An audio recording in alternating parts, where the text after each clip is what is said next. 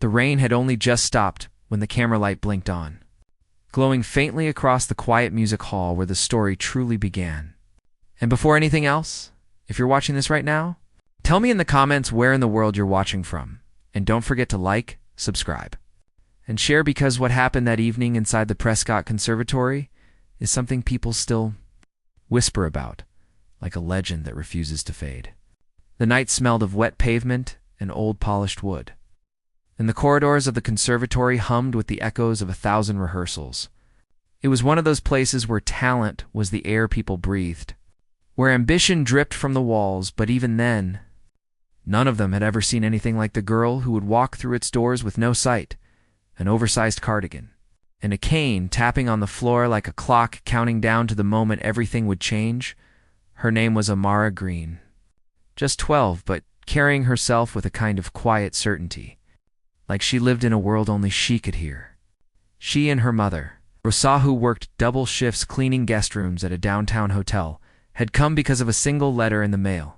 Handwritten, elegant, smelling faintly of sandalwood. It was from the world-famous pianist Victor Harland, a man whose concerts sold out in minutes, a man critics worshipped, a man who didn't give his time to anyone unless it benefited his reputation. What he wanted with a blind girl from the East Side, no one could guess, not even Rosa, who clutched her daughter's hand the entire tram ride there, whispering prayers under her breath. But Amara wasn't afraid. She stood quietly in the lobby, her fingers brushing the metal railings, listening to the space, the echoes, the soft vibrations of conversations around her. Sound was her vision, and she saw everything. She could tell the chandeliers above were high, could feel the expensive marble under her shoes, could sense the tension from a group of student musicians watching her curiously from across the room. People always looked. She didn't need eyes to know that. Victor Harland arrived with the dramatic timing of someone used to applause. His coat swirled behind him. His assistants trailed him like shadows. He scanned the lobby until he saw Rosa and Amara standing near the reception desk. Amara heard his steps first, confident, sharp, rhythmic, like someone who lived by metronomes. She tilted her head slightly, listening as he came closer. "So," he said, pausing inches away from her, "you're the little prodigy the internet has been whispering about." Rosa's heart skipped. "Sir, she's just a girl who can supposedly hear harmonies people with perfect pitch can't even imagine," he cut in, amusement dripping from his words. "Relax. I'm not here to adopt her. I'm here to understand the noise everyone's making." Amara brushed her fingertips along her cane and inhaled steadily. "Hello, Mr. Harlan." Her voice was soft, but carried an assurance that caught him off guard. "So polite," he muttered, then waved his hand dismissively. "Come along. Want to see this? Gift of yours." They followed him down the wide corridor to the main practice hall. The door groaned open, releasing a breeze that smelled faintly of varnish and old music scores. At the center stood a black Steinway grand piano, glossy as still water. Victor walked toward it like greeting an old friend. "This," he said, sitting down and flexing his fingers, "is what real power sounds like." And then he played an explosive chorus of racing arpeggios, daring octaves, furious energy meant to impress, intimidate, overwhelm. The room vibrated with sound, the air quivered, the lights trembled. And yet Amara just stood with her chin lifted, listening with a calm that irritated him. He ended with a flourish, expecting applause. He got silence. "Well?" he barked. "Did you hear any of that?" Amara smiled faintly. "You're angry." His eyebrows shot up. "Excuse me?" "In your playing," she said softly. "Your left hand hesitated in the second measure. You're forcing your right hand to compensate. You've been practicing too much. Or maybe trying too hard to impress someone." Victor's assistant stiffened. Rosa's knees nearly buckled. Victor himself froze, fingers still hovering over the keys like they'd been caught misbehaving. For a moment his pride trembled. Then he laughed, loud, sharp, almost mocking. "Cute trick, but anyone can guess." Without waiting, he stood and pushed the bench away. "Fine, your turn. Sit. Play something." Rosa stepped forward. She can't see, I know," he snapped. I'm asking if she can play." Amara exhaled slowly and moved toward the piano, tapping her cane gently until she felt the wood beneath her fingers. She slid onto the bench, stretching her hands cautiously across the keys, like greeting old friends she had never met but always known. Victor crossed his arms, waiting for her to embarrass herself. "Play whatever you want," he said. "Just for fun." The words dug into her, but not in the way he expected. To her, music was not a game. It was the language she lived in.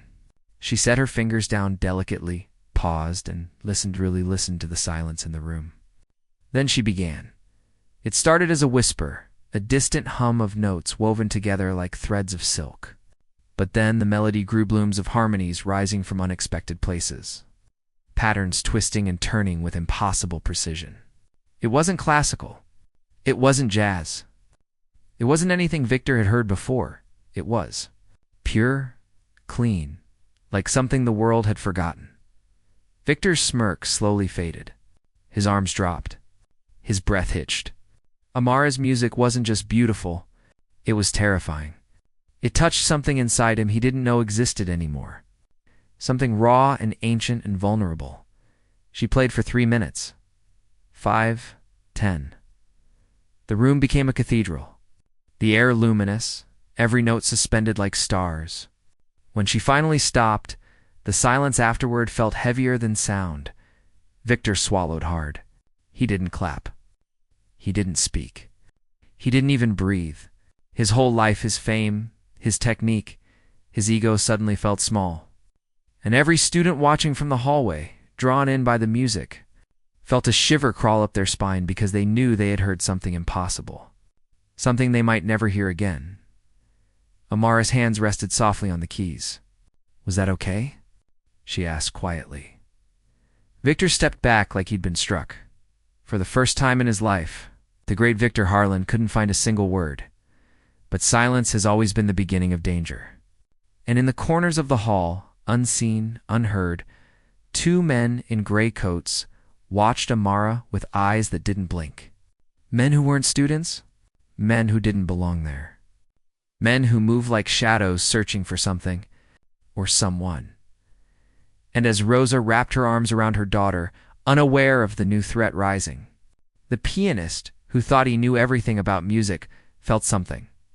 Cold settle in his stomach, a premonition that whatever gift Amara had, others wanted it too, and they were already closing in. The echo of Amara's final note still lingered in the grand hall when Victor finally found his voice, though it was low, measured, almost reluctant. I've never heard anyone play like that," he admitted, the words tasting foreign on his tongue. Rosa's heart swelled with pride, but Amara didn't look at her mother. Her eyes were closed, feeling the vibrations of the piano beneath her fingertips, as if she were communicating with the instrument in a language only they understood. Victor motioned for her to stay seated. "I need to know. How do you do that? How do you hear what no one else can?" Amara smiled faintly, as if the question was too simple, too small for the truth she carried inside her. "I don't just hear it," she said softly. "I feel it." He frowned, puzzled, intrigued, drawn in by her calm confidence. And then, before anyone could realize, the faint hum of a computer in the corner of the hall started vibrating against the wood. A soft beep, barely noticeable, yet enough for Victor's sharp instincts to notice. He froze. From the shadows near the back of the hall, 2 men in gray suit security, yes, but not from the conservatory, had quietly entered, their eyes fixed on Amara, and one of them spoke into a tiny earpiece. "Subject located. Begin retrieval," Rosa gasped, instinctively stepping in front of her daughter. "Who are you?" she demanded, voice trembling. The men didn't answer. They moved with precise coordination, closing the distance. Victor's fingers itched to play, to create a sound that could either protect or warn. But he realized the stakes were not musical now. They were life and death. Amara's hands hovered above the keys, sensing the tension, feeling the vibrations of fear radiating through the polished floorboards. Yet she didn't panic. She struck a single note, low and resonant, a sound that seemed to pulse with energy in the space around them. One of the intruders stumbled, as if the note had physically pushed him back, and Victor froze, wide-eyed. The boy or girl, it didn't matter, was performing something beyond music. It was as though the piano itself was alive in her hands and she controlled it. Amara played again, a series of chords that twisted in impossible patterns, filling the room with sound that was both beautiful and terrifying. The men hesitated, unease spreading through their movements like a ripple through water. And Victor realized with dawning horror that these intruders were not normal men, they were trained. Yes, but unprepared for the force that Amara could unleash without seeing a single thing. "Stop," one of them finally barked, but it was too late. Amara's hands danced across the keys, and the energy from her music seemed to create a tangible shield around herself and Victor, pushing back the men, making them stumble, their confident threat faltering against something inexplicable. Rose's heart raced. She had no idea how her daughter had learned such power, or if it was even a power at all, but she trusted what she could see: her daughter, alive, unshaken, commanding forces that even a world-famous pianist could barely comprehend. The men recovered their stance and advanced again, more carefully this time. But Victor, watching Amara, understood. This girl's gift was not just talent. It was something rare, something dangerous, something that could change everything for anyone who underestimated her. And just as they prepared to strike a third time, a sudden flash of light came from the piano itself, golden and radiant, illuminating the entire hall, blinding, warm, almost alive. The intruders screamed and stumbled backward, shielding their eyes, and Victor's jaw dropped in disbelief. Amara paused, her hands hovering above the keys, listening. The intruders looked at each other, panicked, and ran, leaving the hall echoing with the afterglow of golden light. Victor sank onto the bench beside the piano, breathless, eyes wide, realizing he had just witnessed something he would never forget, and something that no one, not even the world's greatest music critics, could ever fully explain.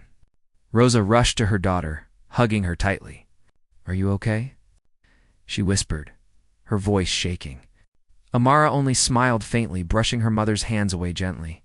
"I'm fine," she said softly, "but they will come back." Victor, sitting beside them, finally managed to whisper, his awe and fear mingling. No one plays like that. No one survives it like that." Outside, the wind rustled through the trees surrounding the conservatory, carrying with it the faint sound of a city unaware of the storm that had just passed through a music hall where a blind girl's gift had stunned a legend and set forces in motion that would change every life she touched forever.